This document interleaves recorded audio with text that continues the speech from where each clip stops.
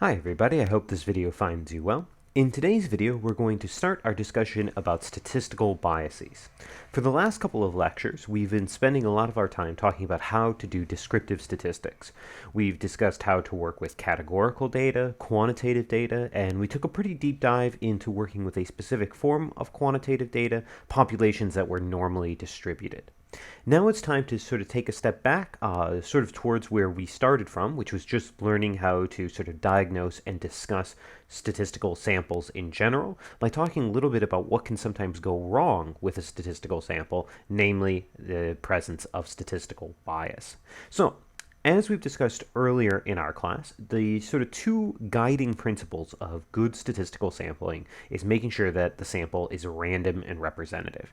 Remember, we discussed that randomness is something we should definitely be able to sort of identify whether or not it did or did not happen. And for our purposes, we said that a statistical sample must be random to be statistically valid for making conclusions and inferences. And being representative was something that was a lot more challenging to sort of really understand and diagnose, because with something that's representative, it's sort of a scale. We can hope that our sample does a good job of representing the general population, but it's very challenging to know if that really was achieved.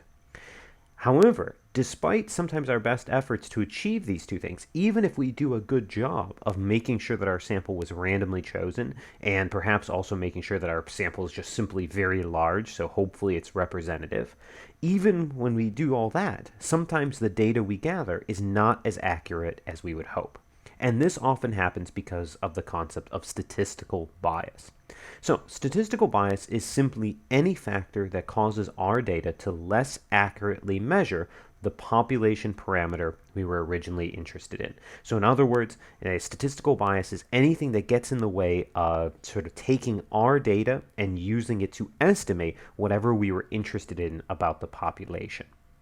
Now, it's important to sort of mention here that statistical bias is very different than normal bias. Bias is a term that we use in English a lot to say that maybe somebody just has an opinion and they're just going to stick with it no matter what. Sometimes we say, oh, that person is so biased in a particular way, meaning that they'll ignore all other sort of information and just go with what they believe. That's not what we're talking about with statistical bias. Statistical bias is really more about the idea that there's something fundamental in how we selected our individuals, how we asked questions to our individuals, how our individuals responded, whatever, that sort of is clouding the accuracy of our data.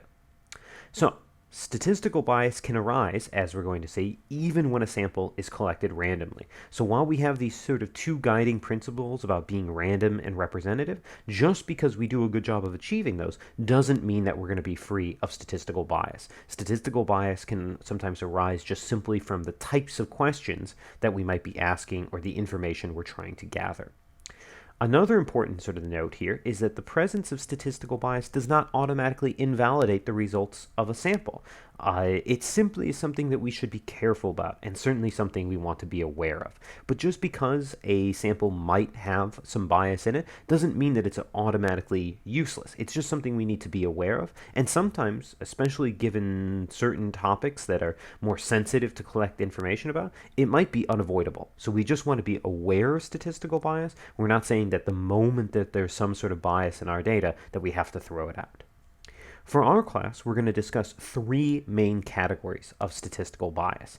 These biases that we're going to discuss are meant to highlight some of the major types that arise in everyday statistics, but certainly they're not going to cover every type of bias that exists. So again, remember that this course is a survey course, so we're trying to introduce you guys to a lot of major topics from statistics, just like we saw with things like the shape of a distribution. We talked about four major shapes for distributions and said there are plenty of other shapes out there that if you studied statistics more extensively, you would encounter. Same thing with bias here. We're going to talk about a couple major types of statistical bias, and hopefully that'll introduce you to the concept of statistical bias, but in no way are we saying that that's every type of bias that can arise when performing a statistical sample. All right, let's get into our categories here. As we talk about each category, we'll have some specific ways that that category can sort of arise. So let's take a look. Our first category or general type of statistical bias is called sampling bias. Sampling bias is, as its name would imply, a bias that arises from how we choose the individuals for our sample. So in other words, sampling bias occurs from the type or of individuals that end up actually being in our sample. So there's a couple types of sampling bias that we're going to discuss.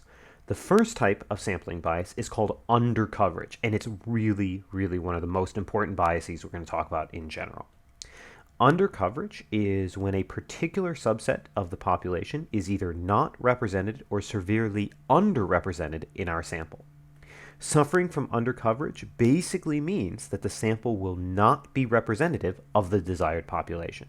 So undercoverage is basically when, based on however you decide to build your sample, you somehow miss a very particular subset of the population. Now, this doesn't mean that undercoverage happens every time you just take a sample because you don't talk to everybody in the population. Undercoverage is about missing a particular type of individual in the population. So let's give some comments or some examples about this. We can imagine some sort of, very simple examples of this, and in fact, we've already talked about some of them. Keep in mind, we had that sort of motivating example from the very beginning of our class, where we talked about those World War II bomber planes, and we talked about how there was survivorship bias, where the only planes that were getting to be analyzed by that statistician were the ones that survived. That is an example of undercoverage because the only data that they were getting to see was for planes that actually managed to make the return journey, right? They were only getting to see a particular subset of the population, right? Any of the planes that were shot down, damaged, exploded, crashed, whatever, they were not represented in the sample. So that's what we mean by undercoverage. And so survivorship bias is a very specific form of undercoverage. Other examples, right? Another very sort of famous one, a historical example. Probably one of the most famous cases of undercoverage came from the 1948 U.S. presidential election, which sometimes gets the nickname Dewey defeats Truman. So if you know a little bit about your U.S. history, or even if not, we'll just sort of summarize this real quick, right? Truman was vice president under FDR at the close of World War II. After FDR passed away, Truman assumed the presidency, as the vice president would, and then he ran for re-election as for himself in 1948 against a guy named Dewey. Obviously, if you know your U.S. presidents, right, you'll know that we didn't have a President Dewey, but we did have a President Truman again. So where does this sort of tagline "Dewey defeats Truman" come from? Well, there's a famous picture from with President Truman holding up a Chicago newspaper that had the big headline that said "Dewey defeats Truman," and the source of this headline came from extensive polling. Statistical polling was sort of just getting to be very popular at this time, and this Chicago newspaper ran a massive polling campaign asking people who they were going to vote for in the upcoming presidential election. Their results pointed to an overwhelming victory for Dewey in the upcoming election. Since newspapers were still the sort of most popular form of media at that time, and getting your newspaper out first basically meant that people would buy your newspaper more than other ones, the paper went ahead and published the headline, "Dewey defeats Truman," ahead of the actual election being finished because they were so confident in their own sampling. Well, it turned out that Truman actually did win the election. Their headline was incorrect, and thus the famous photo of Truman holding up the paper that said he was going to lose. So how did their statistical sampling go so wrong? Well, the issue is that they used a new sampling technique. Phone surveys. So this was 1948, so phones were relatively new as a technology, and the idea of using them for surveying was definitely a new idea. But of course, there were massive advantages. By using a telephone, right, a single individual was able to talk to hundreds of potential voters in a much faster span of time than actually talking to them in person. So by using these sort of phone surveys, the Chicago newspaper was able to get a tremendous amount of data, which is why they were so confident that Dewey was going to defeat Truman. The problem is that they didn't realize that even though they had this massive sample and their data was good data, it was suffering strongly from undercoverage. The reason is that phones were new, which meant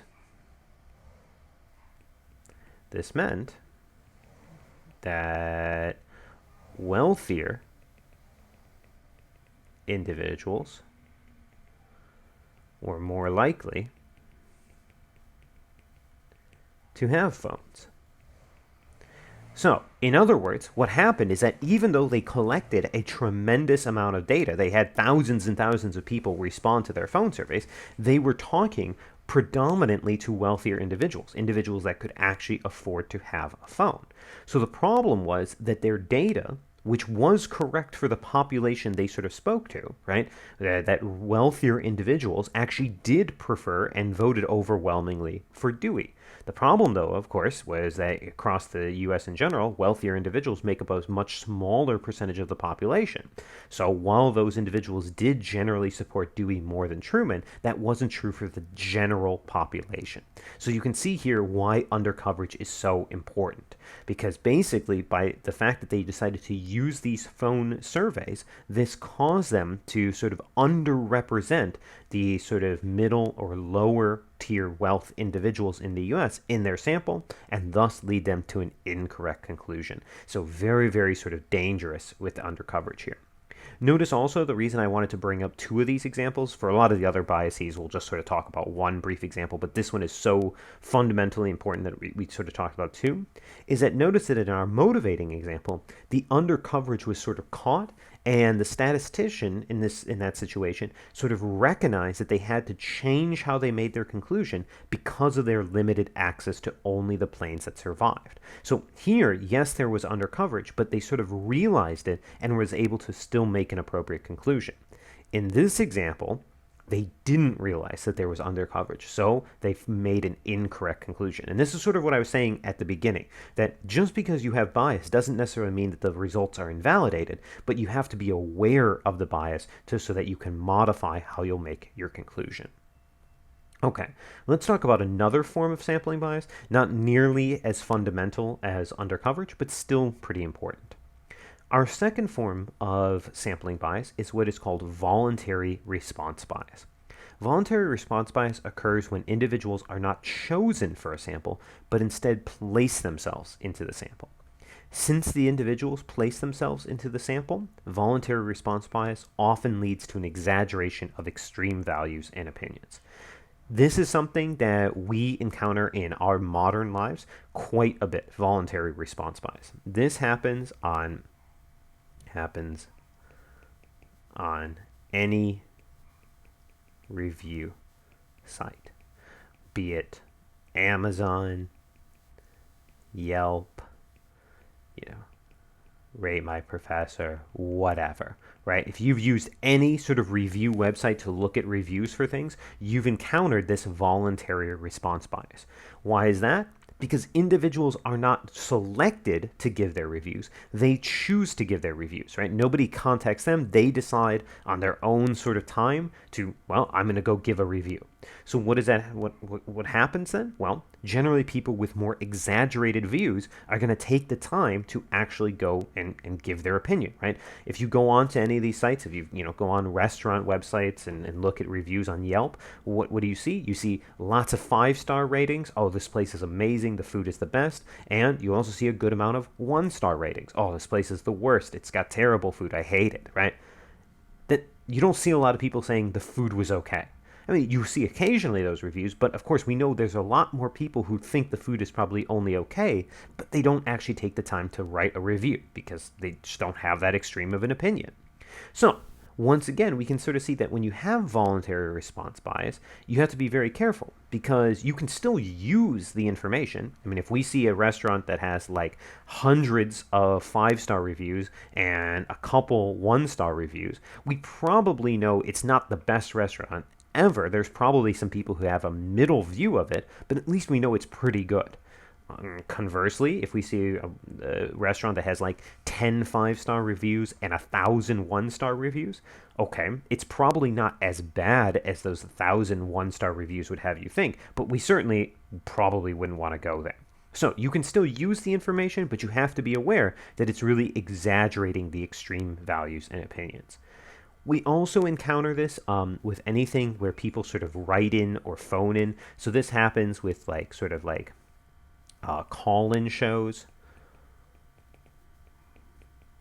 on radio or suggestion boxes or things like that, right? If you're trying to collect data by having people call in to like a radio show, or you just set up an online thing and you say, hey, give your opinion on this, you're going to get pretty extreme opinions. Same thing with like a suggestion or what can we do better sort of box at somewhere, you're going to get a lot of extreme opinions there because again, the people are not being chosen, they're putting themselves into the sample, so they're going to have a more likely extreme opinion.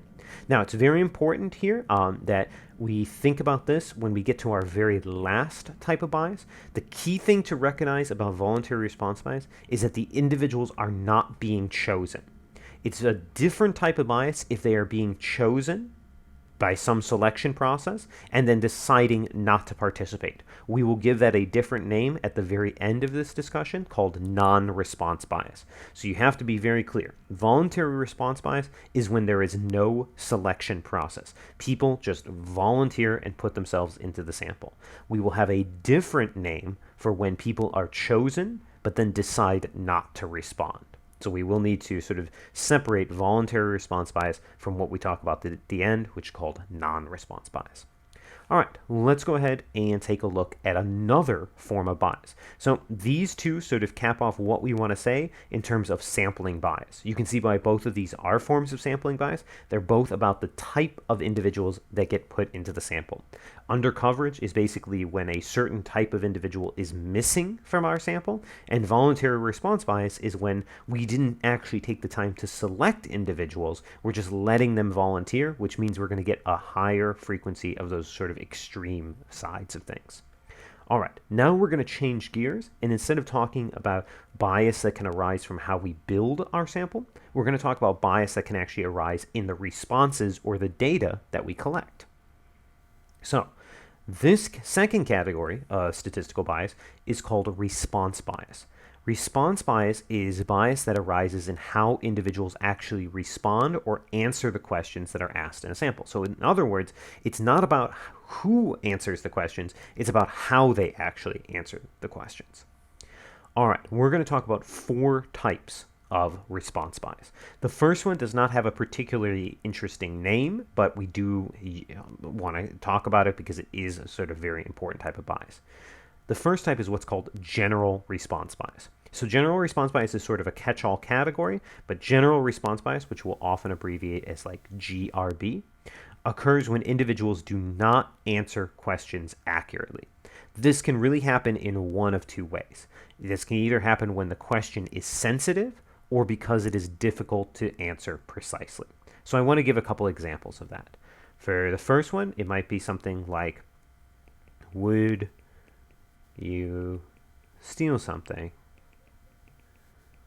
if you knew you wouldn't get caught? Right? We might be interested in maybe like sort of a psychological or philosophical question, saying, is it the sort of fear of getting caught that prevents the average person from stealing, or is it actually that they believe stealing is wrong? So you might want to ask people, would you steal something if you knew you wouldn't get caught? The problem, though, is that this is a sensitive question. right?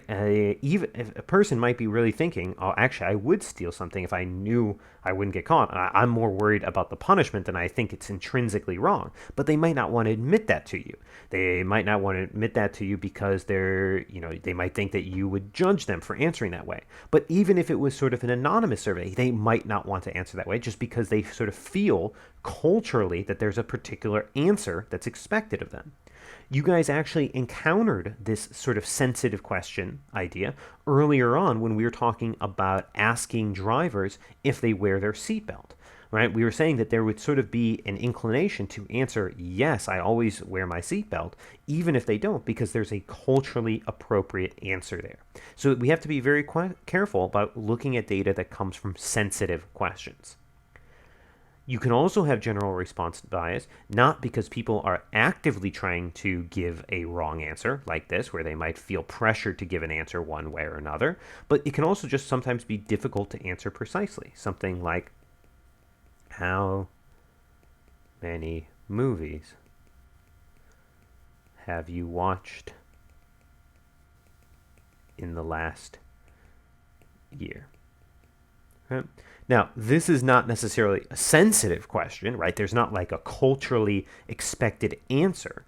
But if you think about it, it's going to be hard for most people to answer precisely. Most of us probably don't keep track of how many movies we've watched in the last year. We might have sort of a rough sense. Some people might be like, oh, it's about 10 or 15 or 50 or whatever. But they're just sort of guessing. They're just trying to give a rough answer. They're not really being able to answer precisely.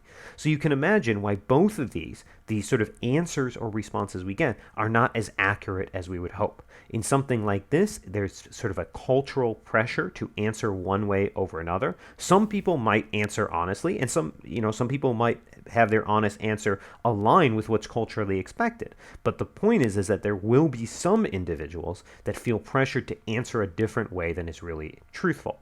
And here, it's not necessarily about pressure. It's just about the difficulty of answering the question. You can also imagine that there'd be situations like this for things that are speculative, right? There's a lot of research in psychology about how people react to extreme events, like a crisis situation. Those are very difficult questions to gather good data about because a lot of people don't know how they react. We have how we think we might react if there was, say, like a fire or an earthquake or an emergency at our place of work or something, but how we would actually act might be very different from that. So gathering that data would then suffer from general response bias. Okay, let's talk about another form of response bias that actually deals with how we phrase the questions. That is what is called wording bias.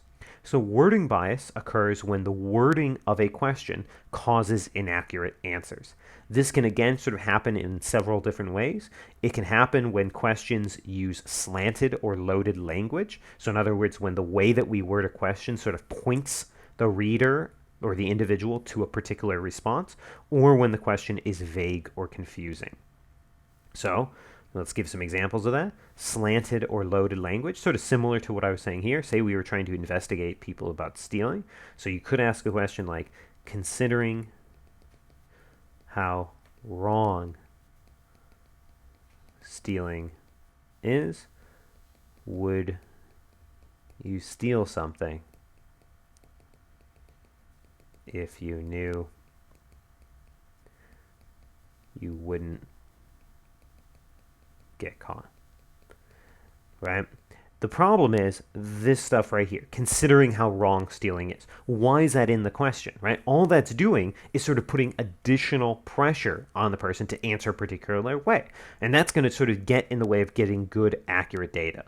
So basically, whenever somebody is trying to write a statistical survey, if you're ever having to construct your own survey, you don't want to use sort of unnecessary language. If you want to ask if people would steal something, you ask if they want to steal something.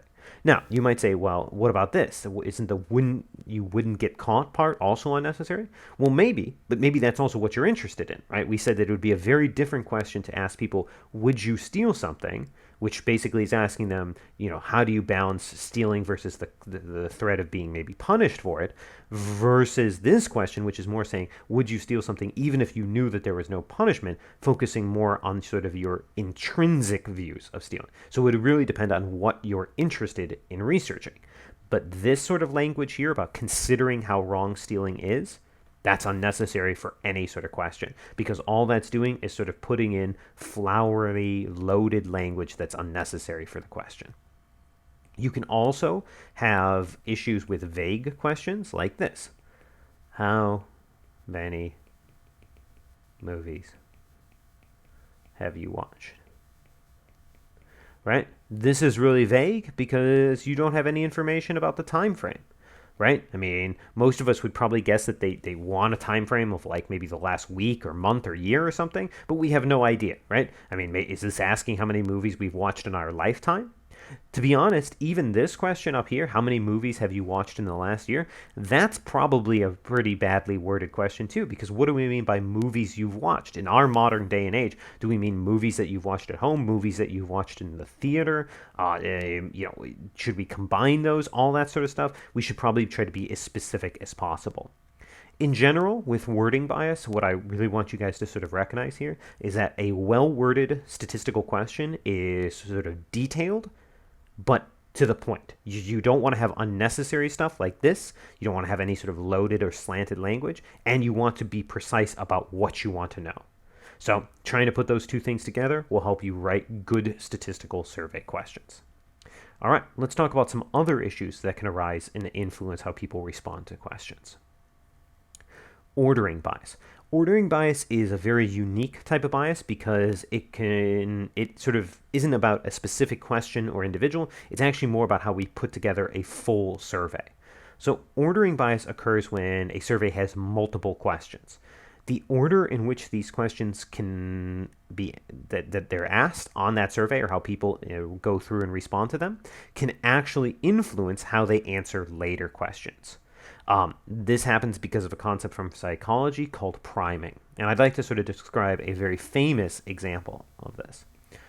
So there was a group of sociologists and psychologists who conducted a very famous sort of study on the connection between dating life and happiness. And so in a very sort of simple manner, what they did is they sort of did this sociological study. They basically brought in a bunch of adults, and then they started off by asking them some questions that basically all boiled down to how many dates in past month. Now, they didn't just ask this one question. They had a bunch of questions. So they had like how many, sort of romantic dates have you had in the month? How many sort of social dates? How many people do you regularly keep in contact? It was a bunch of questions that sort of were focused on understanding these people's dating lives. But we're going to, since we're just trying to give a brief summary of it, basically say that the early questions in this study focused on how many romantic dates these people had in the past month. Then they asked some questions about basically how happy are you? And, then maybe they gave them a scale of 1 to 10. Again, they didn't just ask that question. They asked a whole series of questions that they had used in the past to sort of determine a happiness rating or happiness score. But we can sort of think about this study as very simply, they asked a bunch of questions about the dating life, and then they asked a bunch of questions about happiness. What this sociological study found is they found a strong correlation. They found the more dates people had been on, generally the happier they were. So in other words, this study basically came to the conclusion, right? It wasn't, a strict causation or anything like that, but there was a strong correlation or association that people who had a more active dating life were generally happier.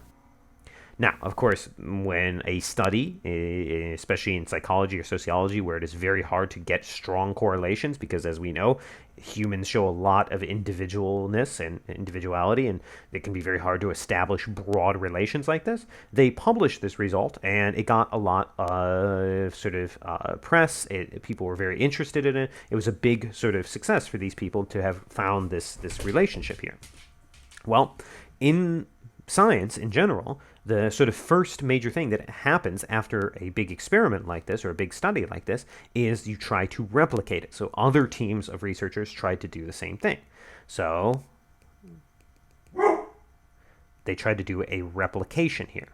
So what happened in the replication? Well, the researchers tried to basically do the same thing, but they ended up having the first questions be about how happy are you? they sort of started with those, and then the later questions were basically about how many dates. And again, we're just sort of abbreviating there. So another group of researchers basically tried to redo the study and tried to confirm that they would get the same results. However, they sort of just took their questions and they put at the beginning questions about happiness and then later questions about dates. And what happened is that they found no correlation. So, in other words, what they found is that they found that there were people who were very, very happy and had lots of dates. There were people who were very happy and had very few dates. There were people who were very unhappy and had lots of dates. There were people who were very unhappy and had very few dates. So, in other words, it had no connection between these two variables. So, why did this replication not find the same results? Well, it was all based on the order in which the questions were asked. What happened in the original study is that basically the individuals were primed at the beginning. By asking them a bunch of questions, a whole series of questions about their dating life, they were primed to be thinking about their dating life.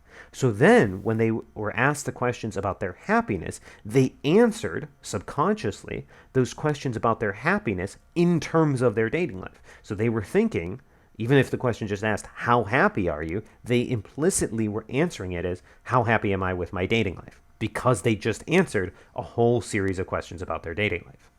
In the sort of replication attempt, what happened is that initially they were asked about how happy they are, which meant that some of the people were thinking about maybe how happy they were with work. Some people might have answered how happy they were with their dating life. Some people might have answered how happy they were with their family life. Who knows? But they all answered sort of differently.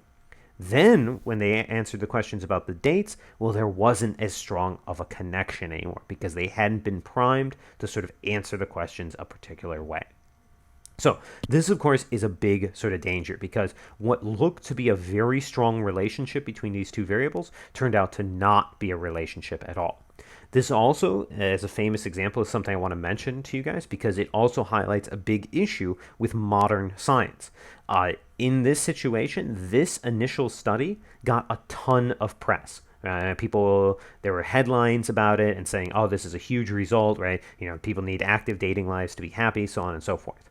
When the replication study happened and they showed that there weren't really as strong, or basically there were no results at all, this didn't get nearly as much press. In fact, in general, in scientific journals and studies, positive results, things that actually show that there are results, get a lot more attention than things that show that there are no connections between variables.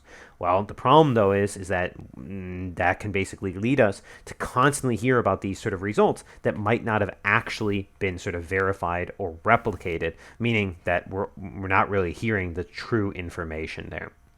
So, very sort of important to sort of recognize here that if you have a survey with multiple questions, the way that you ask those questions, the order in which you ask those questions, very important to be careful with. How is this sort of fixed, or how do people avoid this issue? Well, the easiest way to avoid this issue is to make sure that if you have a big questionnaire, you randomize the order of that questionnaire. That way, every individual is sort of tackling the questions in different orders, and there won't be any risk of this sort of priming instance happening here. All right, let's talk about one other form of response bias. The last form of response bias that we're going to talk about is interviewer bias.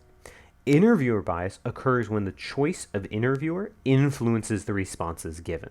This happens when the individuals believe that a particular answer or response is expected. So, this interviewer bias is in some ways very similar to general response bias. As we said, there are sometimes questions where we feel like there's a culturally appropriate answer to give. Interviewer bias basically amplifies that. Maybe not only do we think that there's a culturally expected answer to the question, but maybe we think that the literal interviewer is expecting a particular answer. So this can happen, of course, if the interviewer clearly has some tie to the questions that are being asked.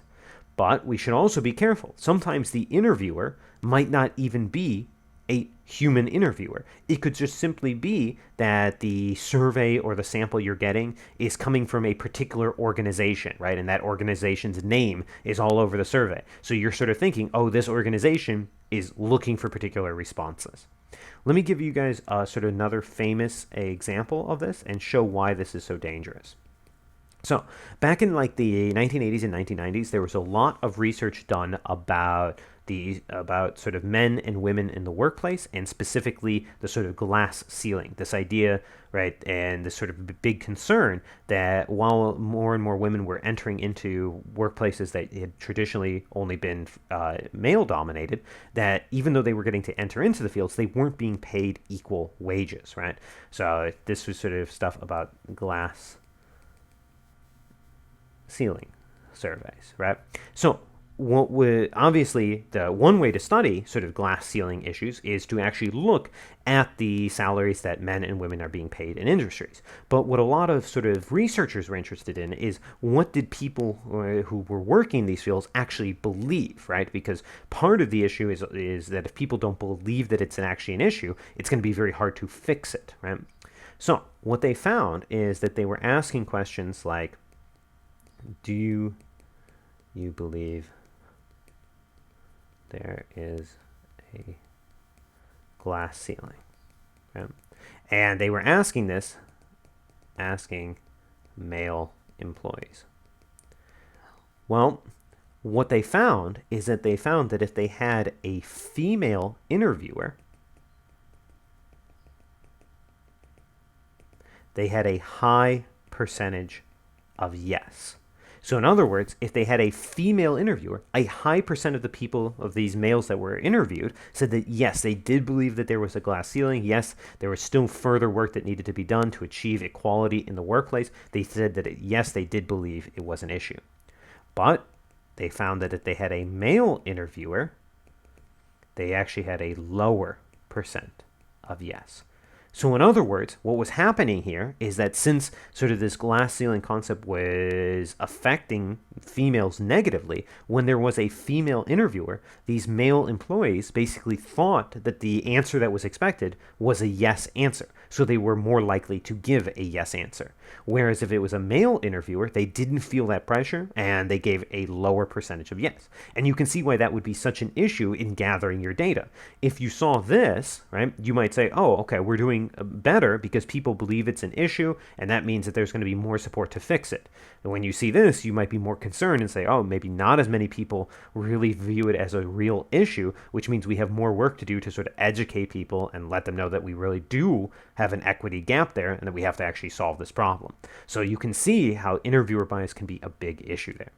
Again, like I mentioned, interviewer bias can certainly happen when you have a literal interviewer, but even if you try to get rid of a in-person interview and just use sort of, a survey or something like that, a paper survey or email survey or something like that, you still have to be careful if it's coming from a particular institution where individuals think that there's an expected response there. That's why a lot of statistical research is conducted by sort of neutral third-party entities so that people don't really feel like they're expected to give it any particular response. All right, let's wrap this up by talking about one final type of statistical bias. So the last type, which we're only going to have one type of, there's really only one category in here, is called non-response bias. Non-response bias occurs when a large amount of individuals selected in a sample choose not to respond. This is especially worrying if a specific type of individual is unlikely to respond. So the first thing I want to do is make sure that you guys are clear on the difference between this and voluntary response bias. So let's go back real quick. Remember, voluntary response bias was when individuals are not chosen, but instead place themselves into the sample. So remember, voluntary response bias happens on like review websites, or if people call into a radio show, or people drop off their suggestion in a suggestion box, or people walk up to your table that maybe you have set up somewhere and tell you their opinion on something. That's all voluntary response bias.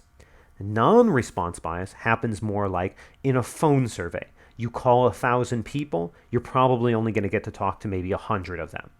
You send out an email survey. You email 2,000 people, maybe you only get 100 people to email you back. Non-response bias is all about that the researcher still selects the individuals, but then they choose not to respond.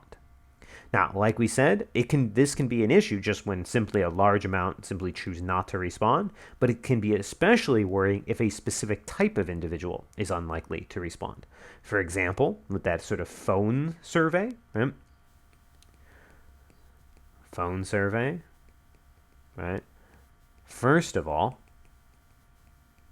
low percentage of people will participate. Right? I mean, if you tell people, if you call them and say, hey, I have to ask you some questions, can you spare some time? A lot of people are just going to say no right away. But also, if you said you did a phone interview at a particular time, say you called people between 9 a.m. and 5 p.m., well, you're going to suffer from a very rough form of non-response bias there, because people who work are going to be super unlikely to respond because, well, they're at work. They're not going to be able to pick up their phone, right? So if you call